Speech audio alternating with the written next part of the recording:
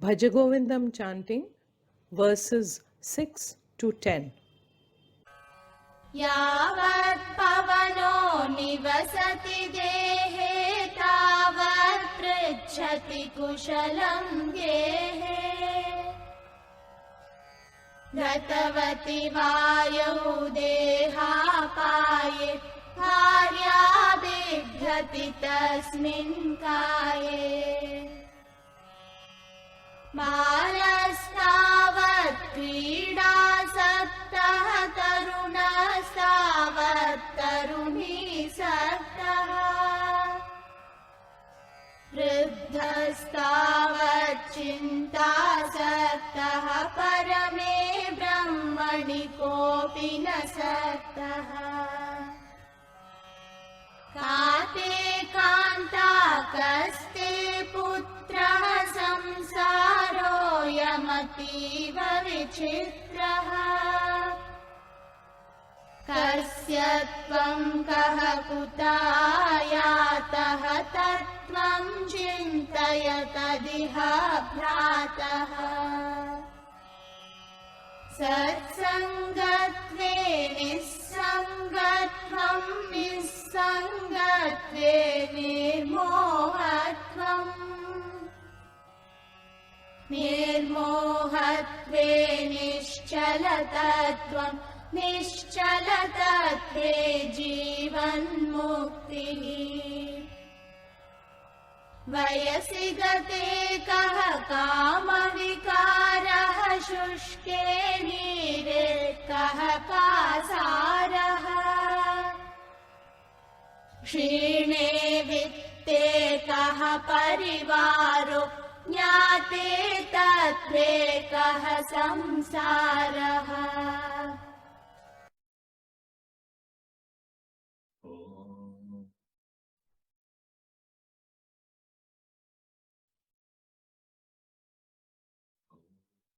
सहना भवतु सहनौ भुनक्तु सह वीर्यङ्करमावहै तेजस्विनावधीतमस्तु मा विद्विषावहै ॐ शान्ति शान्ति.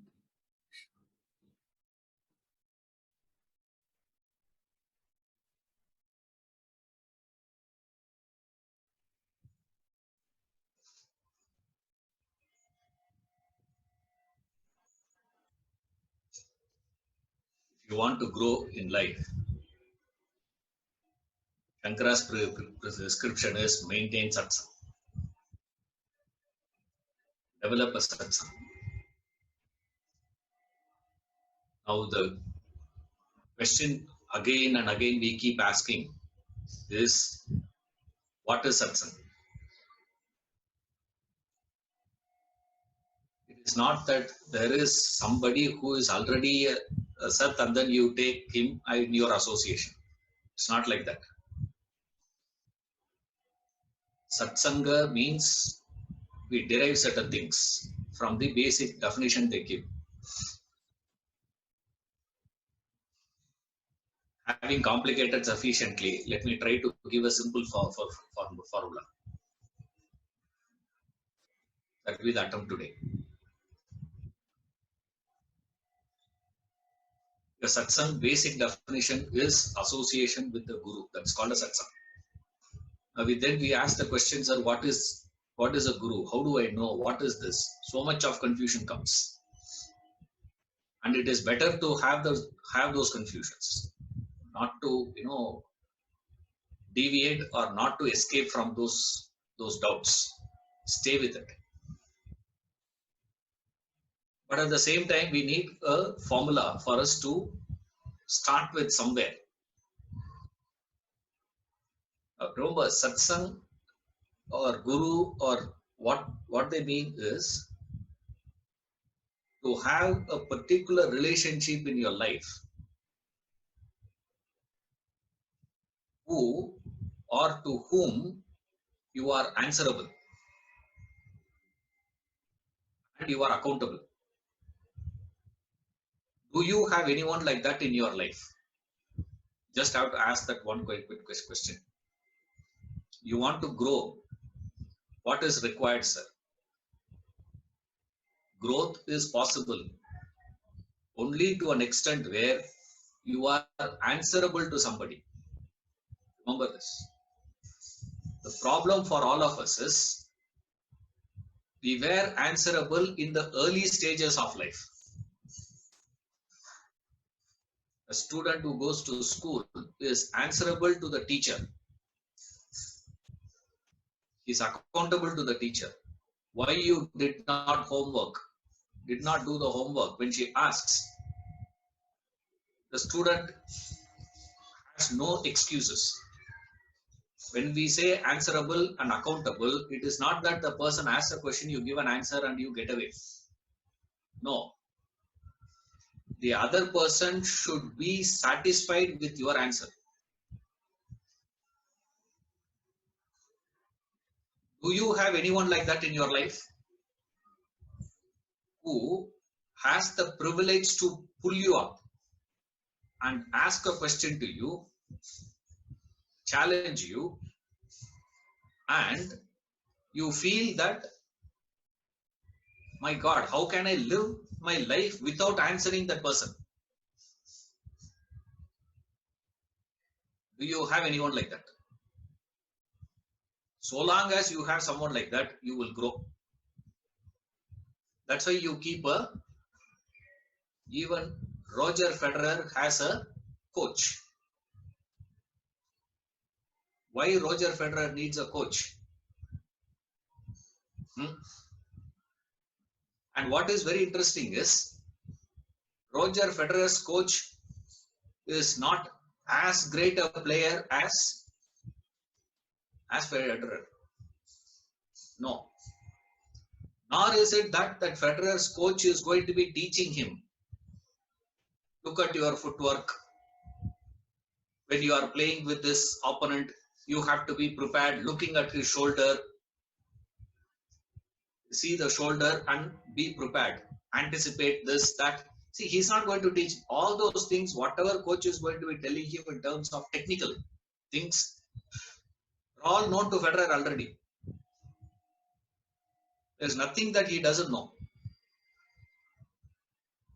What is a bowling coach can teach to Muthiah Muralidharan? See, Muralidharan can turn back and ask him, how many wickets have you taken in your life? How many Grand Slams you have won? If Federer were to ask his coach, what happens? You want to have fitness, you engage a fitness trainer. He comes and says, do 50 push-ups. Up to 20, there's no problem. Up to 28 also, you can push yourself. And he says what? Nothing doing. Yeah. And then you come up to 35 somehow. 36, what happens? You will go down. You can't come up. Is it finished? Now, what do you want to do now? The coach says what? Nothing doing. Now you can't argue with the coach, with the fitness trainer saying, look here man, I am the one who pay you. You can do that to your driver, isn't it? If I ask you to go there, you have to go there. The driver has no business to question you. He can't challenge you. Why are you asking me to go in that speed? Why are you asking me to take a left? Why do you want, why are you asking me to go into that place? Now, he has no business to question you. In fact, when we believe we are all grown in life, only when there is no one around you who can question you. You grow in business. How? You engage a consultant and you are answerable to the consultant. You are answerable to your financier. You are answerable to your shareholders. There you are answerable. Why? Not because you have engaged them, please, because there is a stake involved. There's a heavy stake involved in that aspect. Therefore, you answer them, isn't it? If you're not answerable to your banker, what happens to you? Your banker comes and asks a question, you answer him. Why do you answer him? What will happen if you don't answer him? There's a heavy stake involved. Similarly, you are answerable to your husband or you are answerable to your wife. Why? Because of attachment. They have the privilege to challenge you. They have the privilege to question you. How did they get that privilege? Because of relationship, attachment. Isn't it? There also, do you feel answerable to them? Do you feel accountable? Oh my God, how can I do this? And if he asks me the question, what am I to answer him? I finished, man. That's why in our tradition, we always had a family system where 3 generations would live together under one roof. Why? Only when the child sees her father or his father standing and being answerable to the questions raised by the grandfather, the child understands what? Accountability. Otherwise, the child will never understand accountability. Otherwise, if at all the child understands I'm answerable, why? Because I'm dependent. Isn't it? Look into your life. Who is there around you where you are not dependent? There is no stake involved. There is no attachment. Without any one of these factors, you do have one person to whom you are answerable. That is called satsang. If you have one like that, Shankara says, don't worry, man. That itself will take you right up to this. You have that at maximum at what level? Material, physical. The material level, you have a business consultant or you have your stakeholders, you have shareholders, this one, that one, all those people. You are answerable to them. 1. 2, fitness, highest. To who are you answerable for a particular emotion that you are entertaining? Are you answerable to someone for your thinking pattern? If you can employ the same rule to this, that is called satsang, he says. Very simple. Satsang is what, sir? I give a privilege to someone. Somebody, I give that privilege. What's the privilege I give? The privilege to pull me up and question me. And if he questions me, I have to give an answer to his satisfaction. Otherwise, what is it? Between husband and wife, you don't have that accountability. The husband asks a question to wife. Wife gives an answer. If the husband is not satisfied, what does the wife say? I have explained. That's it.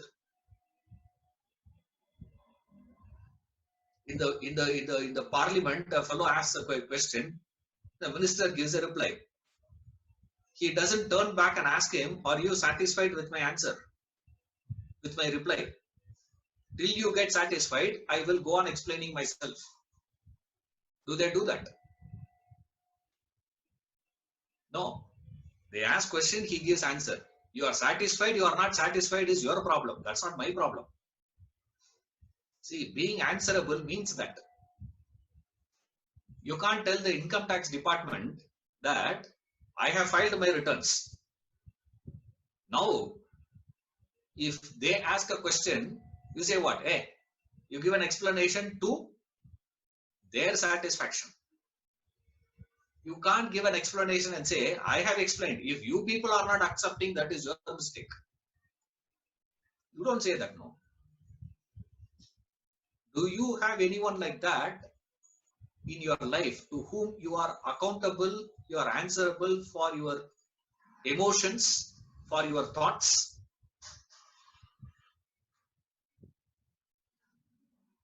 To one, you feel you give that privilege that I am answerable to him. I am accountable to him for my actions, for my emotions, for my thinking, for my values, for my beliefs, for my understanding. That is called a guru. It's not that there is somebody who is already a guru, not necessary, please. But if you find someone who is superior to you, grapple them to your soul at any cost. You can go to any extent. You have that one relationship, you will flourish, you will grow. Invariably, we want to grow only for what? Everybody wants to grow to a position where nobody would question me. Only I will be raising the questions. Everyone should be answerable to me. I am not going to be answerable to anyone. That's what happens as you grow in life, in any field. When you are a manager, you are answerable to the general manager. Once you become a chairman, who can question you within the organization? Why you didn't come yesterday to office? Can anyone ask you in your office? Suppose even if they ask, do you have to give a satisfactory explanation to them, to their satisfaction? Or you just say, remember, accountable and answerable means that if you can have a relationship like that, you are blessed. Develop. This has got nothing to do with the other person. That's why I gave the example of Federer. Don't ask immediately, oh, the person who has to be, to whom he is accountable, he is answerable, should be superior to him. Not necessary. It's not compulsory that the other person has to be superior to you. But invariably, only when you consider someone superior, this is possible for us. That's all. It's not easy for you to take the stand that I am accountable for the practices that I'm doing. See, now he says, don't have this, don't eat this. Your dietitian gives the things. You are accountable, you are answerable to him tomorrow. Next visit when you go, they ask you the question. The doctor asks you. The lawyer asks you. Your chartered accountant asks you. You are answerable. Why you are answerable there?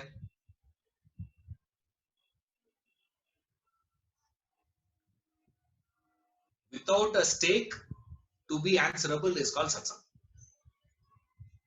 In any area where there is a stake involved, where there is a dependency factor for you, you being answerable will help you. Not that it will not help you or anything. At least there you have somebody. See, to the extent you have someone, you will grow in that area. That is true. But satsang means what, sir? One step above that. What is it, sir? Where there is no stake involved. You see, that's where it takes a different flavor. The relationship brings out a fantastic fragrance. It is so addictive. Problem for all of us is the ego will never agree. The ego is the problem. The ego says what? I should be in a position to question others. I should not be in a position to be answering others. Right now, everybody is questioning me, I am answering. The team manager is asking me the question. Now, if I become the team manager, what happens? Right. Now, what happens is at every stage, we lose this opportunity to grow. That's why beyond a point, we don't grow. Stagnation. Somewhere down the line, you stagnate. Okay, yeah, you start a business, you come up to some certain height. And then what? From there to go to next level, you struggle and struggle and struggle and struggle. Like I say, how many of us were able to build a national brand company? Forget about international brand. Is it a national brand? Okay. Is it a state brand? Why is it that there are organizations who have a potential to grow to next height, but they are not able to move up? Why?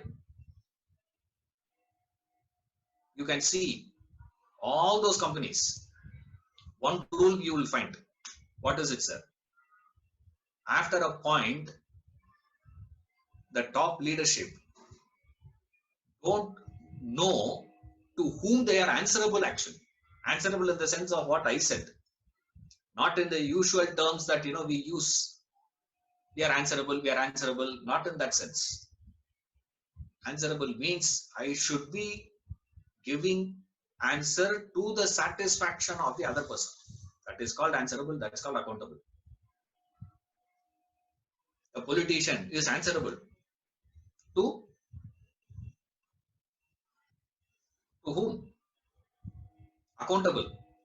There has to be accountability in the government. You turn around and ask accountability to whom? Accountability to voters, we say. That's what the politician says. The voter is a voter when? Not every day. Every day you are not a voter. You are a voter when? One day. One day you are a voter. Other days, who are you?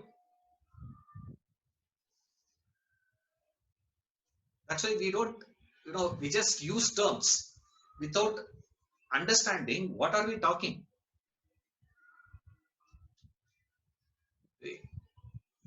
Develop that thing in you.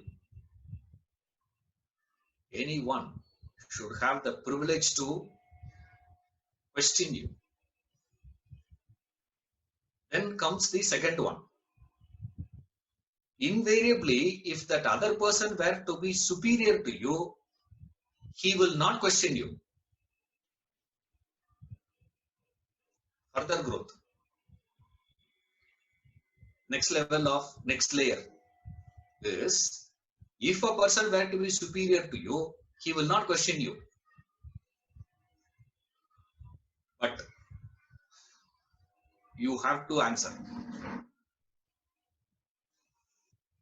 He will not question, but I am answerable. And you answer. That's called satsang. You have that satsang, grow. What is that? Nisanga will happen. This is a classic example I give is, that the Sharada, when Vishwamitra comes and asks for Rama, right? Fantastic scene in Ramayana. Rama has just completed his education. That's all. He's just a boy. He has never been to a battle and all that. This Vishwamitra walks in and asks Rama alone. Vishwamitra is not asking, you send your army, that entire army with Rama. No. Send Rama alone. And Dasharatha gets totally lost. He says, hey, it's not fair, because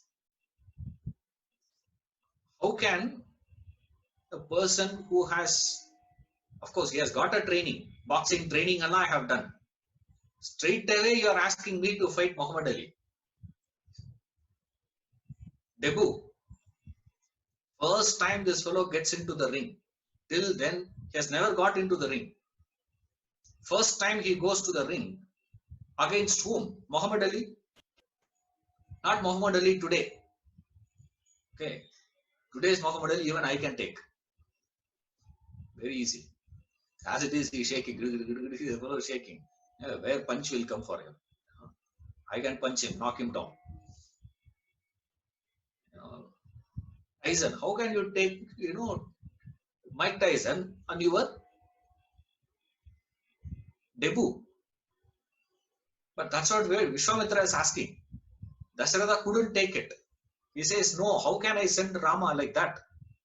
Sir, I will come. Don't ask Rama. Vishwamitra is adamant. That's why he had one fellow, Vasishta. That's why all those kings, had a guru. What is their job, sir? Job was to pull up these guys, Vasishta gives a beautiful reply to that. Dasharatha raises the same argument to Vasishta also. See, we don't know. Dasharatha says, of course, none of us know what is Rama. I don't know what is Rama, but I know who is Vishwamitra. When he is asking, shut your mouth and simply send him. Don't even think. Very interesting. After that, no hesitation from Dasharatha. He says, yes, sir, done. He's sending Rama who is not tested. See, he's not been tested at all. That Rama he is sending, on whom Dasharatha had so much of attachment. It's not like, Dhritarashtra sending Bhima. If Dhritarashtra were to send Bhima, correct, we will say. If Vishwamitra goes and asks, Dhritarashtra, I want Bhima to be sent, Arjuna to be sent. Dhritarashtra will say, yes, sir, please take him. That's what we want. Permanently keep him there with you, he will say. Okay. Here is what, sir. Dasharatha was totally attached to Rama, and Vasishta makes one statement. He says, send him. No hesitations, nothing happens. That state is referred as Nisanga. It's not that, Dasharatha has got detached state and all that. No. It's not that Dasharatha had become detached from Rama. No. He still has that attachment to Rama, but he doesn't execute actions based on that. That's not the basis on which he is executing his choice. He is executing a choice based on something else instead of this. Whatever that something else could be, not by this. That is called Nirsanga. And then series of things come up, he says. Then what happens are Nirmoha will happen. Then what happens are Nischala Tattva. Then what happens are Jivan Mukti. Right through what you have to maintain. Keep this Satsanga going.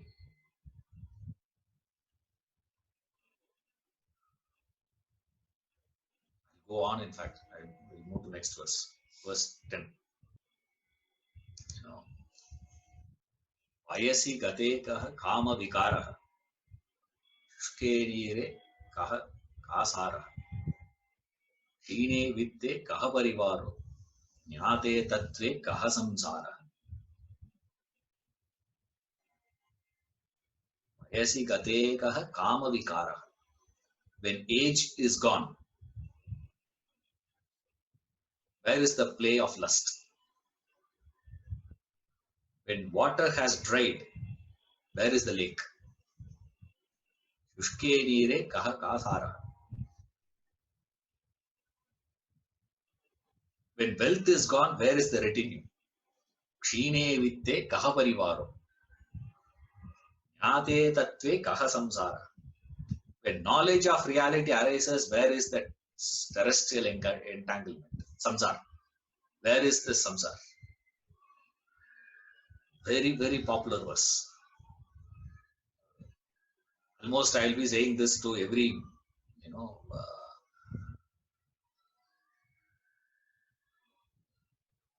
everything I will say. This is a, important verse, popular verse. This verse, that verse. Every verse is like that in bhajagovindam.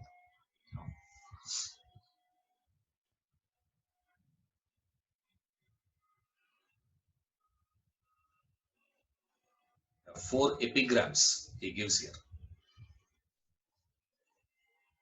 explaining only one thing. What is it, sir? No cause, no effect. That's it. He's only explaining the cause and effect relationship. Now, from verse 2 to 7, he explained what is the terrestrial entanglement, what is samsara, how you are stuck in samsara, he explained. 8 and 9, he gave the formula, how to get out. Vichara, inquiry, 8. Satsanga, 9. What you have to do, sir? You have to do both. It's not either this or that. It's not like that. It is both together you have to do. Externally maintain satsang, internally maintain the inquiry. So inquiry and association. That's how the whole thing is. Now he is explaining what happens with that knowledge. When you gain that knowledge, what happens? What's the effect of that? The effect of this inquiry and satsanga, this vichara and satsanga, is release of terrestrial entanglement. You get liberated from samsara. That's what he is explaining now in verse 10. And he gives beautiful examples. The example itself is, fascinating. First one gives, 3 examples were given to establish cause and effect relationship. The idea is this, it's only that. The verses, in terms of verse, it's very simple. But if you pay attention to it, it's very interesting verse. That's why this verse is very, very popular. This is Vayasi Gateka. Vayasi Gate means an age is gone. The age is gone means biological system failure. That's all. Biologically, the system is not functioning anymore. When that is not happening, where is this kama vikara? Kama vikara means where is the play of lust? Means how can you indulge? There's no possibility of indulgence. You can get into it only thus. You can't act on your kama. It's called the play of lust. Means you can't act on that desire. Like, once you lose your tooth,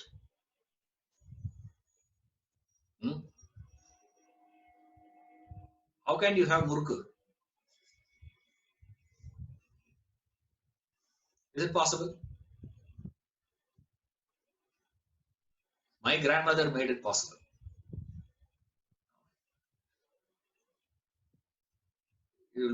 She will say, get my murku means what we have to do is put it in the mixie, grind it, powder it, and then she will eat that powder. I have never seen my mother, my grandmother with teeth. From my memory goes, she had lost, I don't know how many years. But what was very interesting about her was, Usually, when people lose the teeth, they can't speak properly. Their words will not have that clarity. She would speak with such clarity. I don't know how she managed. Without teeth. She would speak with such clarity. Very strange, being. She would have muruk. Now, what are you eating actually? See, muruk taste is where?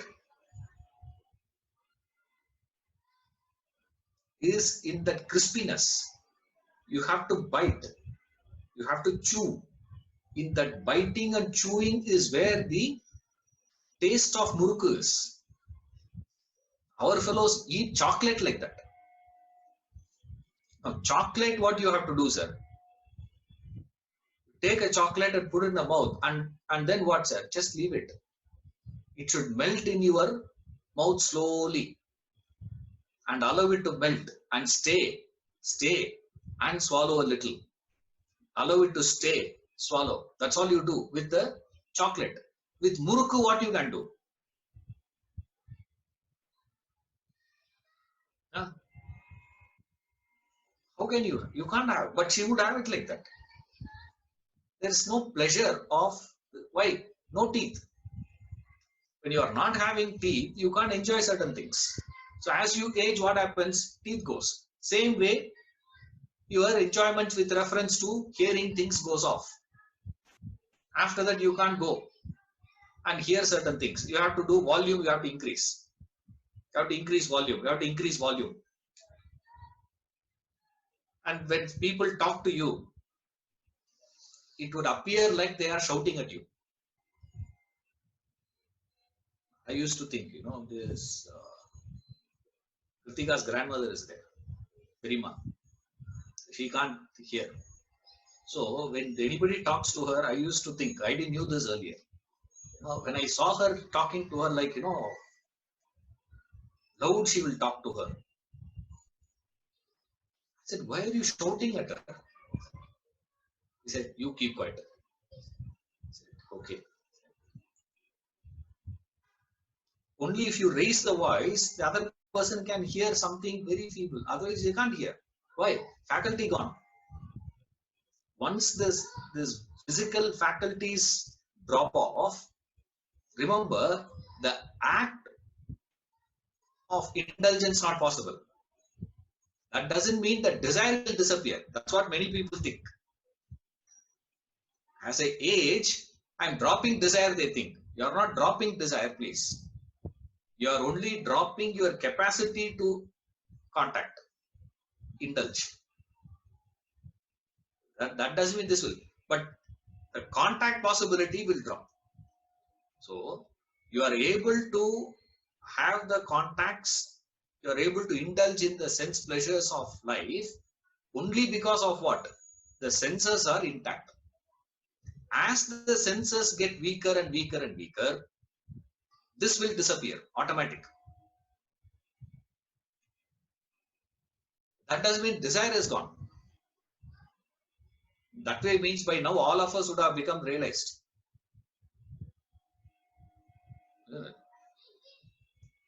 All desire gone, sir. Now what desire you will have? Next Janma, when you come back, you should not have any desire. Isn't it? You come back next Janma, fresh body, what do you do? Again, indulge. Next body, come back, again, indulge. Next body, come back, again, indulge. You just keep on changing the body, that's it. But the kama vikara will go. That kama will not go, remember that. Yes. There is a play of lust. When water has dried, there is a lake, he says.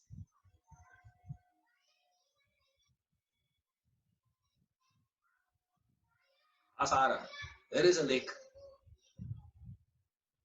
If there is no water, what is it called as? Ground. And there is no water in the lake, that area is called as what? Ground. You don't call it as lake anymore.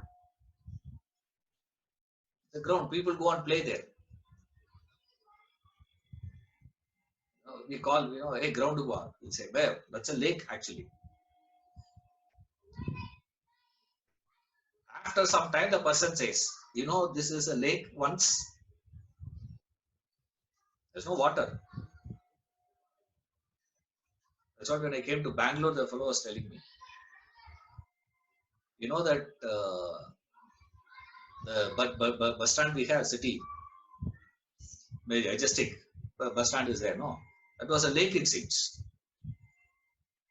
Standing on a lake, he says, hey, it's a lake.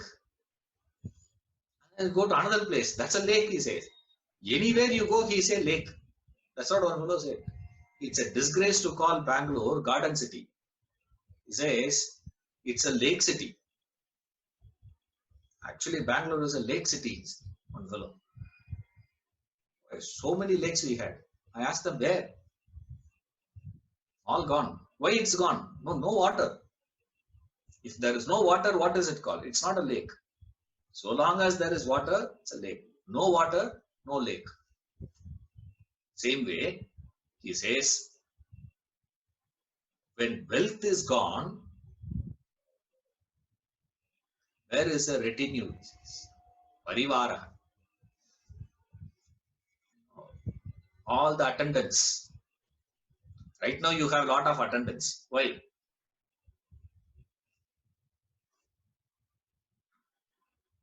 You have 4 drivers, 3 cooks. Each one is a specialist. In one house I know, they have one cook who comes only, that particular day of a week. Ask him when, he is a specialist in Chettinad. Follow in Chennai, their house they have. They say he's a Chettinad specialist. So he comes and cooks for them. So they have like that fellows who's expert in that particular cuisine. Thai, they have one person. For this, they have employed. It's not that they hire for them. No, they're employed. The job is, instead of going to one house, they go to 30 houses they have. Every day he goes to one house and he'll cook for them whatever they say that day. Done. And enjoy. Correct? Why he is coming? Because you're able to pay him. You lose that capacity to pay him, what happens?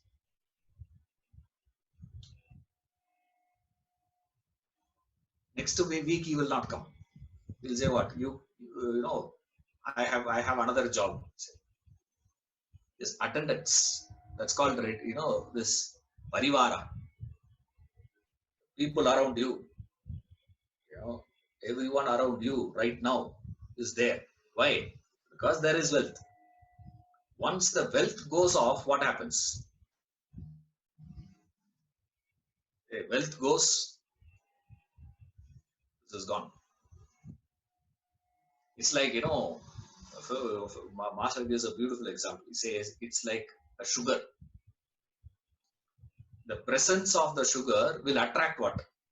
Ants. Isn't it? The presence of a puddle of water will attract frog.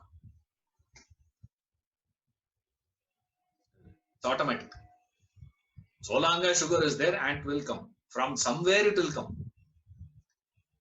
You can't identify from where they are coming.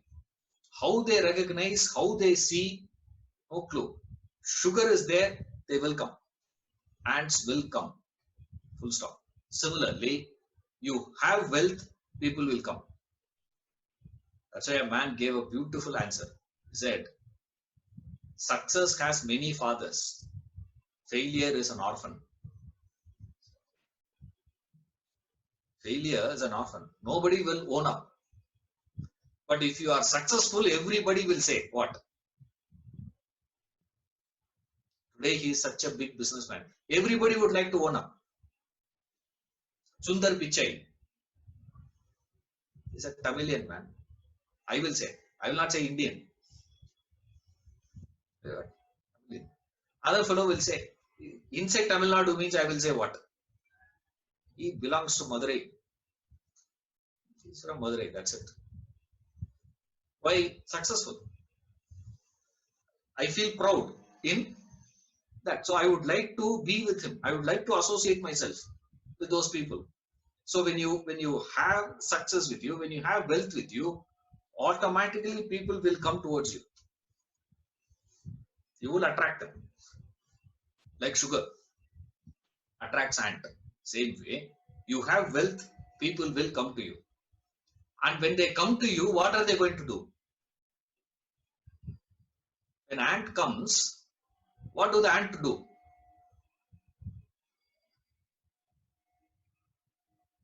It can't take that entire 1 kg sugar, but it'll take what?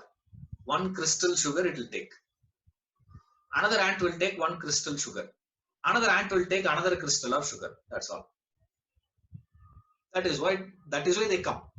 Same way, this retinue is there around you. People are there around you. Why? Because there is wealth. If there is no wealth, nobody is going to be. Why? No sugar, no ant. Now you can't blame the ant for that. Remember, that's what the ant will do. That's the nature of ant. That is what you also do. Don't think that people do like that. I am not. That is what you are also doing. You are flocking towards a direction of what? More wealthy, isn't it? Now, if he is wanting to associate with this wealthy, you would want to associate with bigger wealthy. That's about it. But however, to any one individual, you stop him and ask. People are there around you. Why? Wealth. There is this. It's not to criticize people, please. Remember, it's not that. It's to understand the law of nature. And everybody wants to, retinue means everyone wants to feel they have contributed in the smallest way for your success. That's what they mean. When he says it has two aspects. One is they come to consume. From where they get that courage to consume is they feel that they have somehow contributed towards it. Like people will say, when this fellow was not having money to pay that exam fees, I paid. Therefore what? Of course it is a great help. That's what he says. Many fathers. Success has many fathers. I don't know why they don't say many mothers. Only fathers they say. Many fathers. Mother is only one. Who? He. Why they didn't say that, sir? Because only he can give birth to it. He has to hold the thing and convert it and go through the whole process and give birth. He did all that. She did everything. What is the contribution of a father? At least mother. That is why nature gives more weightage. So even in our tradition, when they do this, ceremonies and all that, a father, if father dies, they keep 3 rice balls. If mother dies, 5 rice balls extra for mother. There's always, there is an extra weightage being given. In our tradition, these people, very interesting. Even sannyasi, if I take sannyas, I am not qualified to do even prostrations in the temple to God. You see the sannyasis, when they come to temple also, they will come to the temple, have darshan and go back. They don't do pranams. They don't do prostrations. Same way, if a sannyasi's father were to come, let's say, taken sannyas, the father comes. The father is supposed to do pranams to this boy now. The boy is not obliged to pranam, do prostrations to father. Whereas if mother comes, sannyasi should do prostration to mother. Mother should not prostrate to a sannyasi. And our fellows have been told they have been oppressing women. Madness, I say. No clue of the system. Because we don't see women in this culture, we don't see women as a girl, as a lady. We see women as mother. You see that? No, it's the same thing, isn't it? It's the same personality. But you see that person, see someone as a girl, it's different. You see someone as a lady, it's different. You see someone as mother, it's different. The tradition, we see women here means only mother. I've been moving out into this context. This mother, and so many ideas are there. One of this very interesting thing is success has only one mother. That's why they don't. Why is that? Because this fellow has to go through that pain of labor. Labor pain he has to go through. Ramatita explains from this gospel.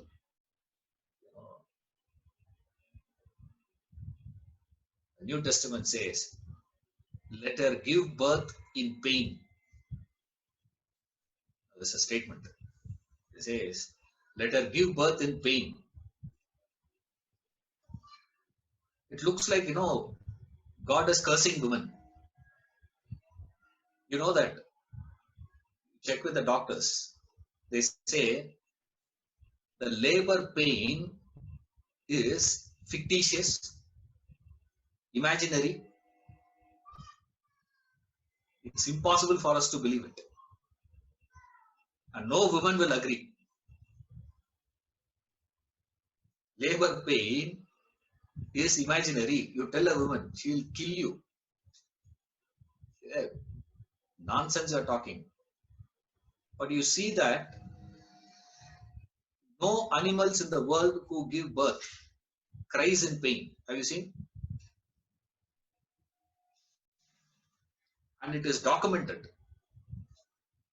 These aboriginals, that lady who goes into the jungle, fully pregnant, goes into the jungle to collect the twigs.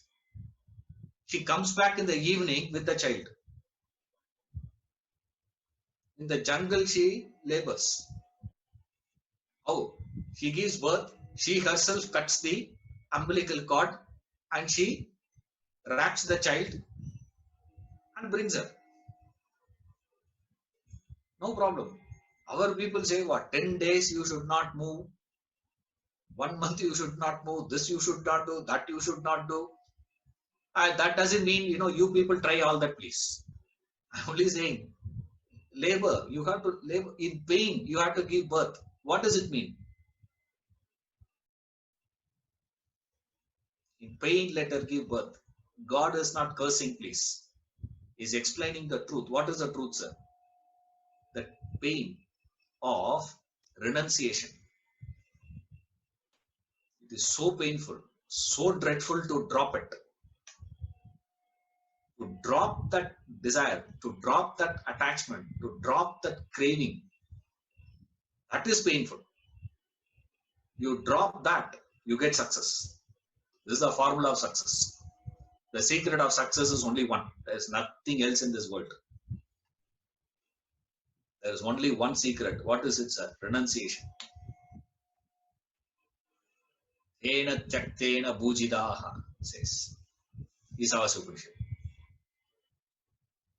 May you enjoy through renunciation. Yes, may you succeed through renunciation. You achieve through renunciation. Renunciation is the secret of success. To the extent you renounce, to that extent success comes to you.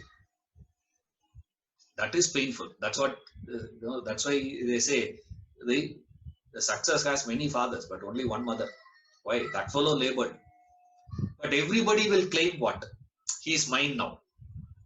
I have also contributed. I have also done this. I have also done that. Everybody will do.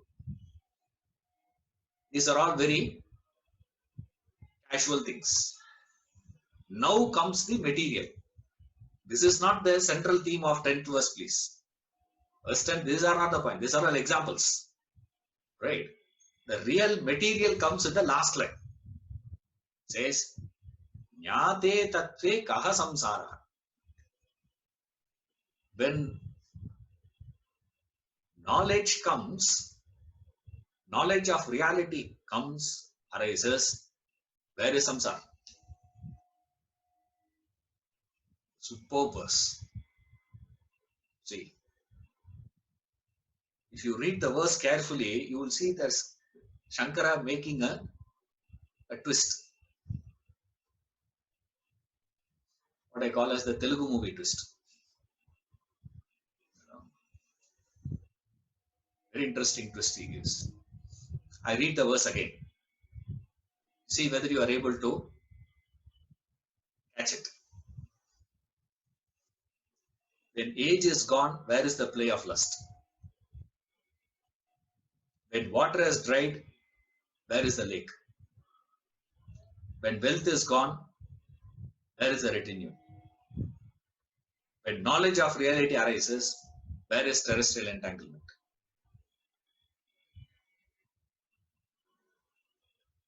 You see that suddenly you say, Ayyo, what is he doing? That goes, this goes. This goes, this goes. This goes, this goes. This comes, that goes. You see that?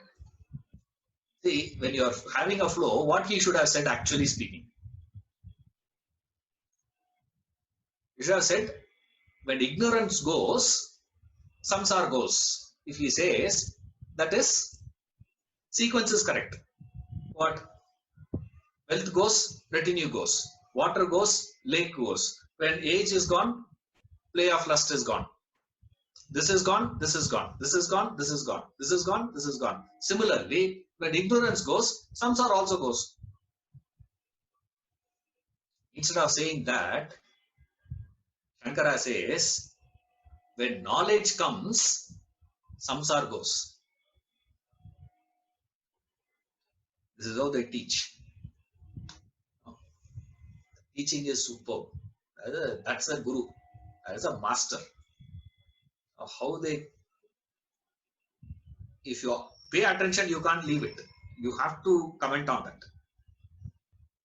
See, that's how we identify how a person stays with this. I've seen a lot of people written commentary. Hardly they explain the twist. Why he has presented this way around. That's called the commenting, isn't it? I say, I'm going to be explaining bhajagovindam means I should explain this. There's no point in, because Shankara is saying, wealth is gone. Suddenly I start talking about financial management. Why? Shankara said, use the word wealth, no. So I start explaining how do you acquire wealth, what all you have to do, how you, what is the formula of success, this. I start going into that direction. Or Shankara starts talking about play of lust. More than about, I've seen, at least to my knowledge, about 7 commentaries. Bhajagovindam. 5 commentaries discuss only that point. Lust is gone, this is gone. I told you people, whenever you read a commentary, what you have to understand? You will not understand Shankara if you are reading Bhajagovindam. You will not understand Gita. You will understand the commentator. What is the commentator, you will know through his commentary. Through the commentary on the Gita, you will never understand Krishna. You will never understand Bhagavad Gita. You will understand only what? If you are reading Shankara Bhashya on the Bhagavad Gita, you will understand Shankara. You will not understand Gita. Remember that. You have to understand Gita on your own. Shankara gives a viewpoint. That's why he calls it as Bhashyas. Bhashya means what, sir? My viewpoint. The way I am seeing the Bhagavad Gita. That's called a Bhashya. The way I see Brahma Sutra Bhashya. Bhashya means what I see. You have to take it and then you have to make it to your own vision. See, what is interesting is when you are reading the original work of a master, this is interesting. Why this suddenly he is changing the whole equation? That's where we understand the relationship between jnanam and ajnanam, or what we call as knowledge and ignorance. See, knowledge and ignorance is compared, likened to darkness and light. There's a room.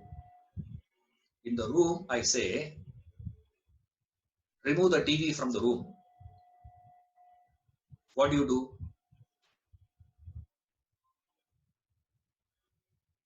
You will go, lift the TV, take it out, and keep it outside or throw outside, whatever you do. I say, remove that sofa. Like whenever we have that ceremony in the house, that's what we'll do. We'll clear off all the things in the hall. Suddenly the hall will look bigger.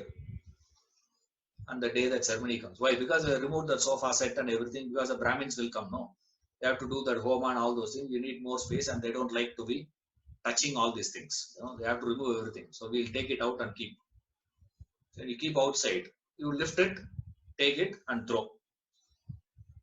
Now I say, remove the darkness from the room. What do? Remove the TV. You go and touch the TV, throw. I say, remove that sofa. You go and take the sofa, throw. I say, remove the darkness. What do you do immediately, sir? You will strike a matchstick. You will create light. I argue back saying with you, what? Idiot. I told you to remove darkness. What are you doing? You're asking for candle. I say, hey, throw the darkness out. Chase the darkness out of the room. You say, what, sir? I cannot. If I ask you to bring that sofa back into the room, what do? You will go outside, lift that sofa, bring it in. Now I tell you, make the room dark now. What do? Switch off the light. I say, remove the darkness, you switch on the light. I say, bring in darkness, you switch off the light. In either case, you never touch the darkness. You don't do anything to darkness. You do something with light. The consequence of that is the presence of darkness or absence of darkness. Nevertheless, you can't directly work on darkness. You have to work on darkness through light alone. Why, sir? Light alone is real. Darkness is a consequence. You can work with the reality. Rather, you can't work. And Shankara wants to communicate that. That's why he says, don't work on darkness. Why, sir? Because always there is a subtle kick all of us get when you fight against something. You are more alert and more effortful, forceful when you are fighting against something, isn't it? The entire India was together when fighting against the British. The moment British goes, what happens? Fight. Fight with the neighboring countries. Show me one country in the world which is not having a border issue with the neighboring country. Okay. Within the country, you tell me which state is not having a problem with the neighboring state.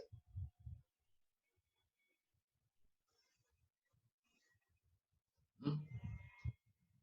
Karnataka, Tamil Nadu. What is it, sir? I will not give water. That fellow says, I will not give electricity. The fight. Right. Now, you know that within Karnataka, between districts, they have fight. Water should not be shared. We are living in Bangalore city. We don't even know all those things. As long as you are getting water in your tap, you don't bother. But you go a little deeper, we see what? Within Karnataka, see, you don't give water to Tamil Nadu, I say it's okay. Yeah. That's a different state, it's a different state. I say within district or you? Between district, there is a fight. Within the district, between talukas, there is a fight. Inside the taluka, between villages, there is a fight. Inside that village, between the two landowners, there is a fight. You have your ego thrives on fighting. When you are not able to find somebody to fight outside, you will start fighting with yourself. I know. Have any one of you have seen anyone playing chess alone? Not in the computer. Not in the computer, please. Okay. Playing alone. Suresh has said. No. It's fascinating. I saw one man, when I was in Malapur, small, just learning to play chess. That time, just learned, to play chess. I've seen him playing alone. I asked him, sir, to whom you play now? Black or white? I asked him, why are you playing? There's nobody to play with me. So what to do? I'm playing alone. I say, you talk to yourself. Have you seen people create? You saw that movie, Castaway. Beautiful movie, Castaway. If you see, Tom Hanks. Brilliant, movie. There, he creates a character through that baseball, and he will talk to that baseball, and on behalf of the baseball, he himself will give a reply also. What do you call such people?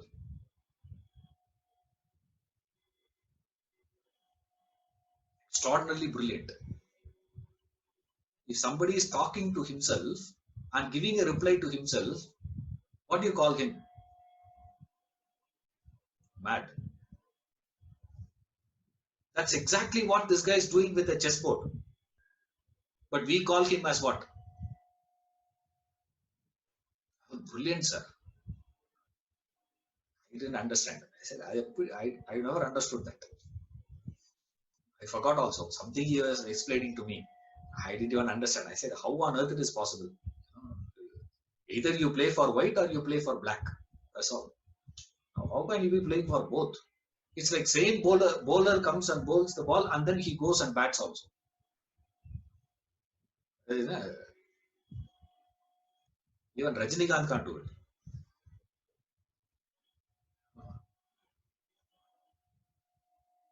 Same fellow. Has to be double action. Then you can play. But then also they are not same, they are different. Even identical twins are not same. They are two different personalities. It's not possible. But our ego thrives on fighting. It is never for, it is always against. When it is fighting against something, you get a kick. In that kick, your ego is surviving. In that kick, your samsara is surviving. If Shankara were to say, ignorance goes, immediately all of us will get so inspired to say what? Let me fight against my ignorance. No, Shankara says, no, don't do that mistake.